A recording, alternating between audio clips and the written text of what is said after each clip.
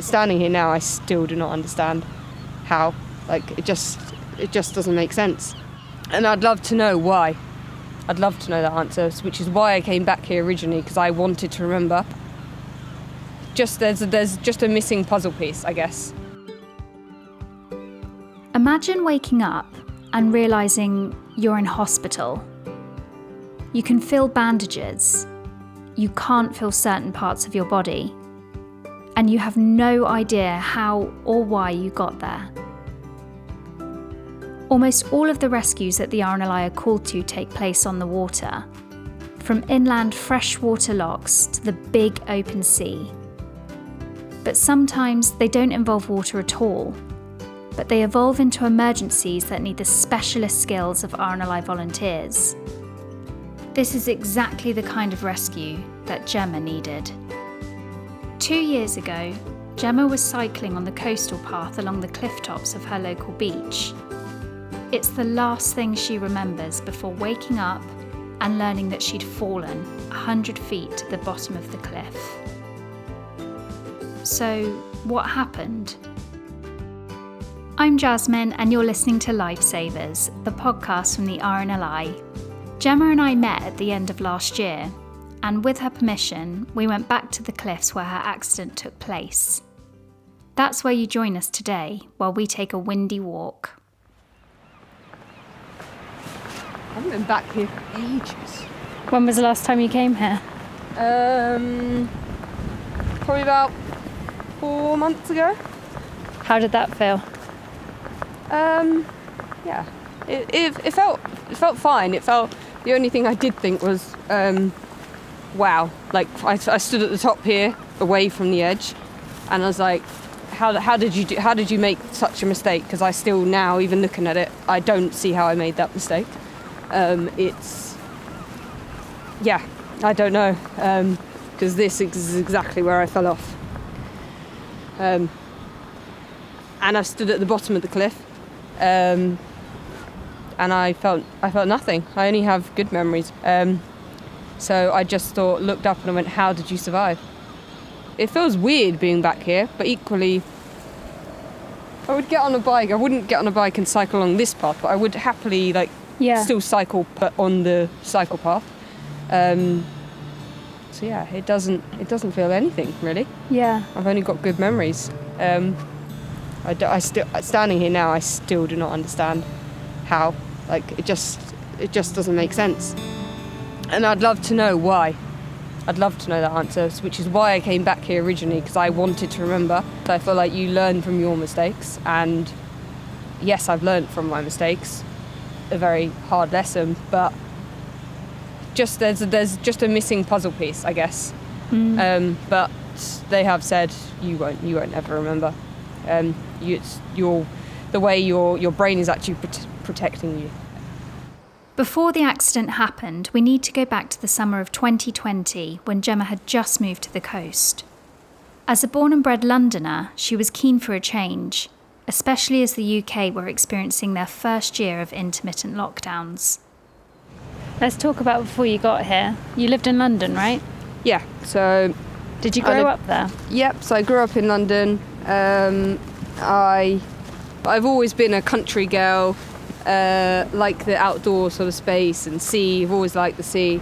So I always knew that I did often go for weekends and things out of London. So yeah, and then lockdown unfortunately happened. Yeah. And for financial reasons, as well as actually it was nice just to get away from London. London wasn't easy in lockdown. I needed somewhere that was, which was cheap enough rent, to be honest with you. Yeah. Purely a financial reason, but the fact that I live 5 minutes from the sea, walk, good transport links back to London. Yeah. So I just thought for maybe a year or two, have a break away before maybe you decide what you kind of want to do. So I planned to get a job here, join a football team, because I used to play football twice a week. Yeah, I knew that I could start enjoying long walks, cycling, and all the things that I love. Getting on her bike has always been one of Gemma's favourite hobbies. whether riding around the city or taking on a bigger cycling challenge. So wherever she was going to live, her bike was coming with her.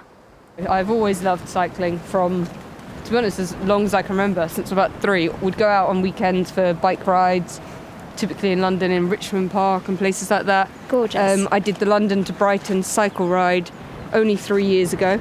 So I think it's 54 miles. Yeah. Did it in 6 hours. Absolutely loved it. And it was torrential rain that day. Wow. So I always loved cycling. So my bike was definitely going to be packed. But obviously there's a massive difference from cycling in London. You do feel a lot safer. That summer, Gemma came to view a flat right next to the sea and loved it so much that she put a deposit down straight away. I signed the flat because they did have, it is a lovely flat, and they had other viewings the next day, so I basically had to make a decision, and my tenancy was ending, so I kind of had to make that a little bit of a rash decision. What was it that swayed it for you to sign the papers that day? The rent. It is a really nice, it's a lovely flat, but the rent was was the big deciding factor. But I did have a little walk along the sea. I know that I can be happy here, and yes, I thought my life was going to go in a very different direction. Get a job, meet friends here, start building a life as you do wherever you kind of move. Sure. And then I moved. I think it was 2 weeks later. So it was all systems go. After moving in, Gemma quickly settled into her new, quieter life away from London. And she was enjoying the last of the summer on her 2 wheels, with less traffic and less noise on the surrounding roads. That was part of the reason why I took my eye off the ball in some ways, that I didn't put a helmet on, because I felt like you're by the sea, you're relaxed, you're not on a busy road at all. And I think I was too relaxed almost, because a helmet is always better to wear than not, regardless of where you're cycling, you should. But I was just too, I did initially feel like when I first moved here, I was kind of on holiday. Yeah, The initial holiday kind of period. So I think when anyone's kind of on holiday, they even more take the, you relax, don't you? Yeah, just relax, and you might not think as carefully as maybe you should. So the day of the accident, 18th of August? Yep, 18th of August 2020. What was the day like that day? Was it sunny? It was a beautiful sunny day. It was about 25 degrees, not a cloud really in the sky, so it was one of those stunning days that makes you think you want to get out your flat and go to the beach and get on your bike, which is exactly what I did. With the August sun out in force that Tuesday, Gemma was taking her time. She was cycling slowly, enjoying the view. She rode for around 4 miles, stopped for an ice cream, topped up her sun cream, and then turned around to come back home. Can I ask what the last thing is that you remember when you were cycling down here? I remember feeling very relaxed. My flat was pretty much by that point, kind of boxes were unpacked, and I was just enjoying. I was just going to take, as COVID was still, cases were starting to rise and things again at that point. I wasn't sure what I was going to do, but I was going to just enjoy a little bit of time just to kind of get used to where I'm living, and I don't really remember anything after that. I know I was on my way home, and that's kind of it really. To avoid the uphill cycle path that's closer to the main road, Gemma had taken her bike along the flatter, quieter footpath on the cliffs. When she fell from its 100-foot height, members of the public quickly dialed 999, and helicopter rescue teams, the Coast Guard, and volunteer lifeboat crews were immediately on scene to help. I want to pause the story here to find out what happens when an RNLI lifeboat volunteer is paged to such a severe medical emergency. How would their skills be able to help in a rescue that's out of the water to a near-fatal cliff fall like Gemma's? I think if I hadn't been a lifeboat volunteer, I wouldn't know where to start. I think I would probably look at somebody and go, and almost take that step back. But even now, if I see somebody out in public and somebody takes a fall, I'm almost that person stepping forward because I feel I can, I've got something to offer. That's Dave, who's been a volunteer RNLI crew member for over 25 years. He knows that when the call for help comes to an emergency like this, it takes more than medical training alone to get a person to safety. Nothing almost prepares you for the real thing. However, the training we have is absolutely brilliant. We've got casualty care training courses, we do refreshers. So it can prepare you for a certain amount. It can prepare you through the procedures, how to put a bandage on, how to put a neck collar on. But emotionally, to see somebody in fear, in pain, nobody can teach you how to deal with that. As a crew, you talk about it, you debrief it, you make sure you did everything right. And you understand it's a team effort and you're in it together. Did you have any prior medical experience or skills before you became a lifeboat volunteer? So before I joined the RNLI, no medical training. I think I might have done first aid at work. I'm trying to cast my mind back. It's 26 years ago now, but no real medical training. And it's been through, as a newer crew member at the time, you watch and learn others, and then you go and get trained on a casualty care course yourself. The main thing about being a lifeboat crew is having the enthusiasm and wanting to help people. I think they're the two main things. And the other skills the RNLI gives you, it's not just having the casualty care skills, but it's having the way to communicate with people and keep them calm. Because the moment you as a lifeboat volunteer sounds stressed or worried, that will straight away go across the casualty. And sometimes not knowing what you're going to be faced with, it could be quite gruesome if that's the right word, but you just deal with it. I don't like dealing with cuts on myself, but give me somebody else, I'm absolutely fine. So what would the lifeboat crew's training set them up for when they arrived on scene? And how could they save Gemma's life? What would they have to do?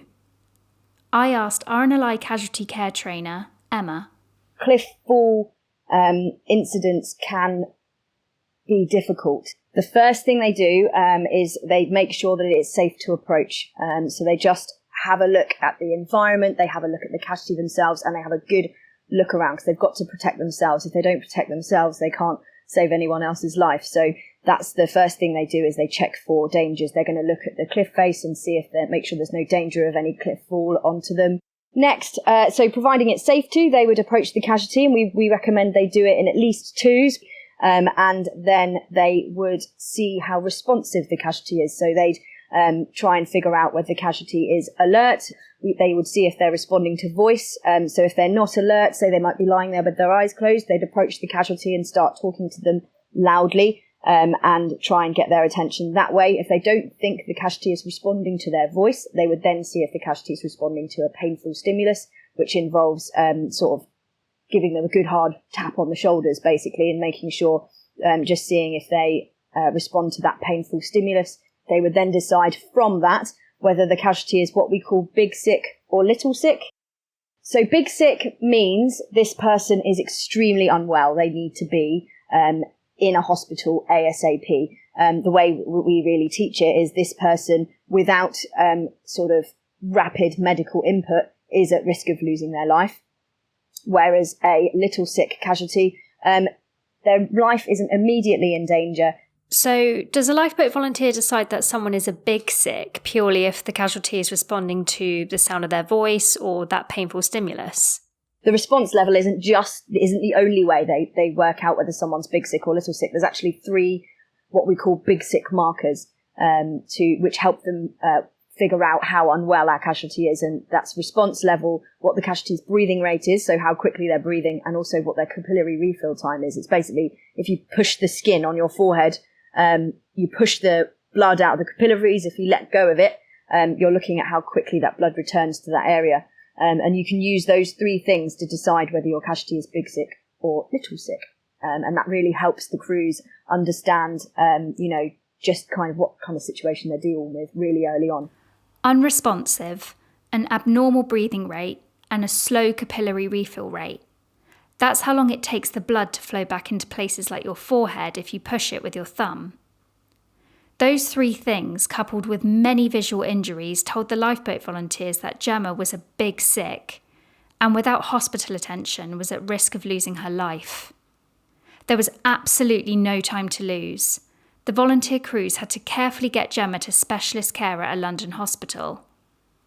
And just a word of warning, in this next bit, Gemma describes her injuries. When did you wake up again? 6 days after the accident, so I was put in an induced coma for 6 days. I had a broken skull, depressed skull fracture, as well as jaw injuries, and so there was the life-saving operations had already happened, but as I was very agitated because there was a lot of swelling, and that's the decision was made to kind of, after those surgeries, keep me kind of in an induced coma to let everything rest for the best possible chance of being as okay as possible afterwards. And I remember waking up and I looked at my hands because I had 2 casts on both hands, and I remember asking, what happened? Where am I? Was thoroughly confused, could feel a massive bandage around my head, as well as lots of drains and everything. Were you alone? Yeah, because of COVID as well, you weren't allowed much visitors at all. It was very, very reduced. So there was a nurse there, because I was still in intensive care, so she was there to tell me what had happened, and I didn't believe her. She said, you had a cycling accident, and you cycled off a very high cliff, and I don't think she gave me the number at that point of how high it was. I think she was trying to keep me as calm as possible. So I was alone, but she was a very, very lovely nurse. I then asked, could I get up? But yeah, I didn't believe her at all. I said, no, that couldn't have happened. Couldn't have happened. I didn't really remember at that precise moment that I'd moved I still thought I'd lived in London as well. So there was a lot of confusion. Gemma stayed in intensive care at the hospital for an entire month. And though she miraculously survived the fall, she sustained some devastating injuries that have completely changed her life. The accident caused multiple skull fractures that have indented Gemma's face. They also caused her to lose her sight in her right eye. The impact broke and dislocated her jaw, so she can no longer eat any form of solid foods, or even open her mouth wide enough to take a pain relief tablet. Gemma broke ribs, her right wrist, and she shattered her left elbow, meaning she'll never be able to lift anything heavier than a bag of apples ever again. I can't look after myself in an easy way, getting dressed, looking after my home, changing bedding. So I had to I learnt to tie my shoelaces with one hand, change my bedding with one hand, everything. Washing. You don't realise how much you need 2 hands. And still I find things difficult. Opening a lid with a seal on it, I find very difficult. You do use 2 hands more than... Luckily I'm right-handed and the elbow injury is my left elbow. But I now have worked out what I can do, what I can't do, and I try my best to look at the things you can do, but often it's easy, isn't it, to look at the things you can't and get overwhelmed with that. But unfortunately, my hair did have to be shaved off because obviously I had to access my skull. So I've had an amazing wig charity who gave me 2 amazing wigs, and the lady who does it used to be a hairdresser. She's given that up purely to give her own time. She works with the Little Princess Trust Foundation, which obviously helps younger people. I think it's below 25, so unfortunately as I'm 29 I didn't fit in. They couldn't help me. I actually did donate. I had a little bit of hair at the back, a ponytail, and I did donate that to the Little Princess Trust. It was just within their length requirements. How long was your hair before it got shaved? It was middle of my back, so it was long. It was long hair, and I miss my hair. My appearance has changed because there is a large indent over my temple area of the right side of my face, and I just want people to see me as the old me. So I haven't been ready for a year. I haven't. I've kind of withdrawn from seeing anyone. Somebody can say, you still look like Gemma to me, you still sound like Gemma to me, but You want to feel it? I want to feel it, and at the moment, I don't. I am very scared to think of my future, even just that alone. For going to restaurants with friends, it's going to be very different. Whether my jaw continue, even though it's only just open, it still is getting smaller and smaller. So will I even be able to take liquids at some point? That's an unknown. You can't just go to a restaurant with friends, or you're going to have to look at it like extremely positively and be able to do it, but be able to sit and maybe order something but not eat it and just kind of, I don't know, move around. To be honest, that scares me. Also a fear of kind of missing out. Like, I feel like I'm not going to necessarily, maybe it wouldn't be as easy for a friend to say, oh, let's just go to a restaurant, and I don't want to miss out on things and maybe not get invited to things, and that's a fear of mine. I used to work in childcare from the age of 16. I started babysitting, and I used to go literally from school and babysit each evening with a family, and then I through college, doing my diploma in childcare, went to college, went and looked after us like each evening, just bath time, bedtime, weekends would babysit. I love children. I still do love children, so that's not changed. But I like the 1s to 2s. But there's obviously a lot of lifting within that age group, and I'm not allowed to do that. So childcare isn't not in the way I've worked in nurseries and as nannies. But that's why I need to. So I've had to look at my life from lots of different points of view. I can't go back into what I know, and equally my CV only shows that. So worries me. Is it going to be a job a bit harder to get because I don't have any other skills?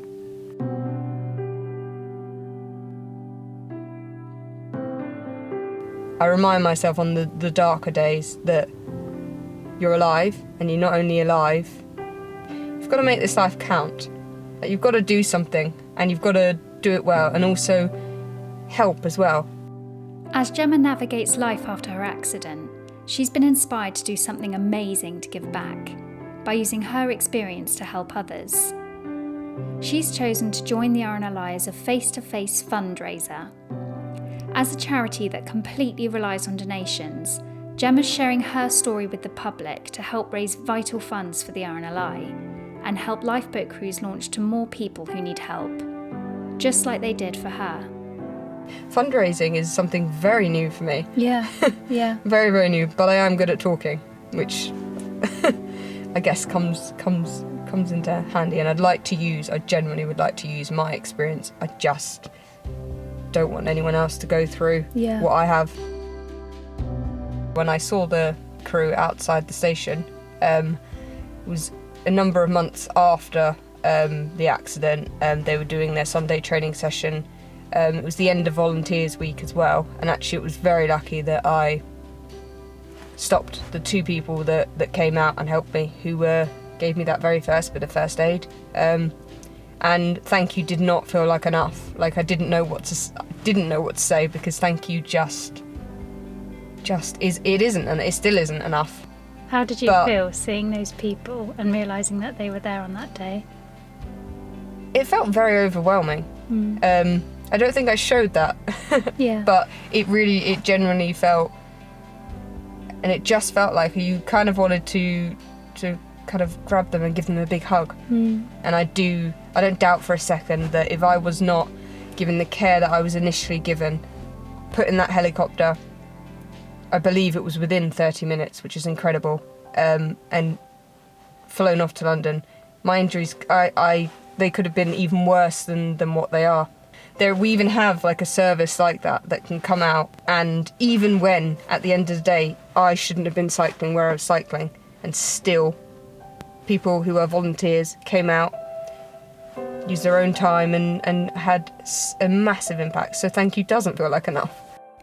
It may not have been the fresh start that Gemma originally planned for herself, but her incredible attitude, infectious positivity, and kind generosity to want to help others after her accident is shaping a really exciting future. I'm hoping I might swim one day. Because it probably will be good for my body in general. Swimming is good. And get back out there on a paddleboard, because I was on a paddleboard just a week before my accident. and start running again. Mm-hmm. So be outside, basically, I think, because being outside makes me happy. Do you feel proud of yourself? Today I'd say yes. Yeah, today I feel proud because, yeah, we're here. We're talking about it. You are very lovely, and I hadn't met you before, and that's a huge thing for me, to meet people because of my face that bothers me that much.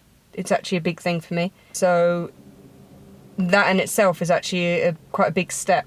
So yeah, today I feel proud, and I'd like to, obviously, I don't know, help in any way, and that's why I wanted to do this, because if it can help and help the RNLI continue to do what they do, not just for people like me on a bike, not out at sea, but obviously there are so many examples of what the RNLI do, and I'd like, to continue for people to want to help the RNLI, but also to kind of not let anyone else go through what I have.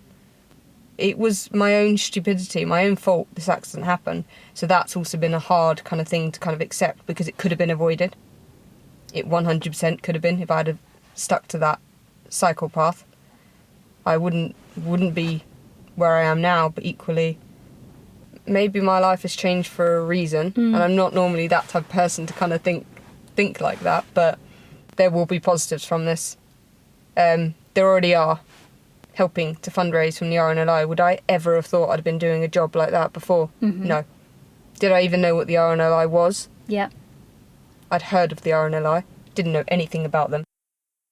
Maybe there are huge positives from this accident, because I now know that I can deal with a lot, mentally and physically.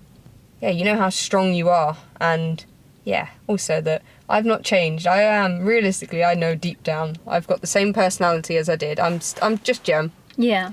I'm me. And you're great. I have to say that. Gem is great. Hey, I like hearing, it's nice to have a compliment, isn't it?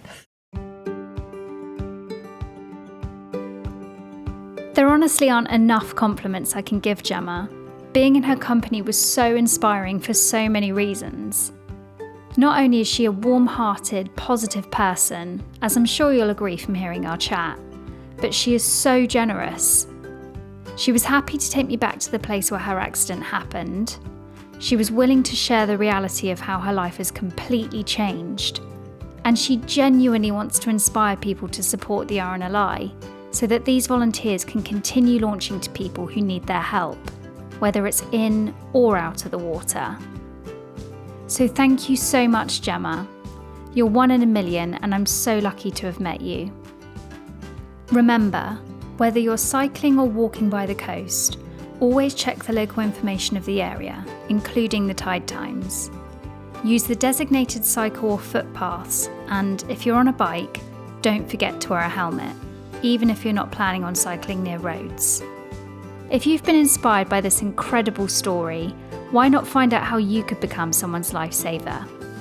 Find all the information you need about supporting the RNLI or becoming a face-to-face fundraiser yourself in the links in the episode notes.